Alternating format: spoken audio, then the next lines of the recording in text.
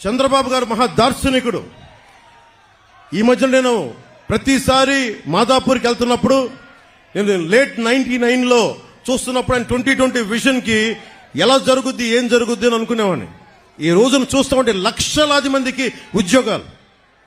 ఒక్కడి విజనరీ, ఒక్క విజన్, ఒక్కరి దార్శనికత. ఏం కావాలి? ఆయన నిజంగా డబ్బే సంపాదించాలంటే కూర్చోబెట్టి దాంట్లో నా 100 ఎకరాలు 200 ఎకరాలు తీసుకోవచ్చు కదా. ఆయన ఏ రోజు అవి చేయలే. ఆయన చేసిందల్లా చాలా సంపద సృష్టించాడు. సంపద సృష్టించడం చాలా కష్టమైన పని.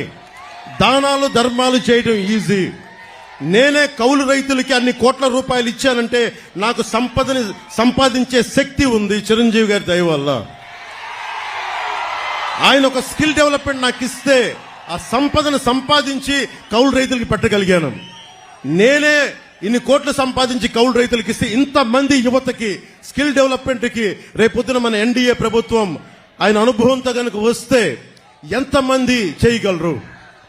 ఇందాక చంద్రబాబు గారు నేను కారులో మాట్లాడుకుంటుంటే కార్పొరేట్ సోషల్ రెస్పాన్సిబిలిటీతో పాటు నిజంగా డబ్బు సంపాదించిన ప్రతి ఒక్కళ్ళు టాప్ 10 పీపుల్ 10% మంది అట్టడుగు వర్గాల్లో ఉన్న 30% నిజంగా సంపద క్రియేట్ చేయగలిగితే వారిని చేయి నడిపించి తీసుకెళ్తే ఎంత అద్భుతంగా ఉంటుంది. ప్రధానమంత్రి మోదీ గారు అదే కోరుకుంటా ఉన్నారు.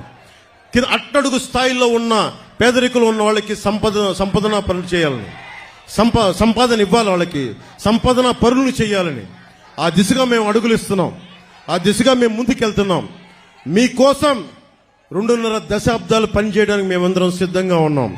2047 ఇక్కడున్న యువత ఆ రోజు 2047కి అందరికీ 25 ఏళ్ల యువకులు అయిపోతారు.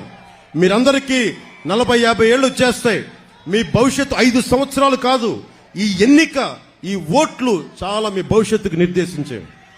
దయచేసి మీరు దృష్టిలో పెట్టుకొని, మా సరదా కోసం చెప్పట్లేదు, మీ భవిష్యత్తు కోసం వచ్చాం.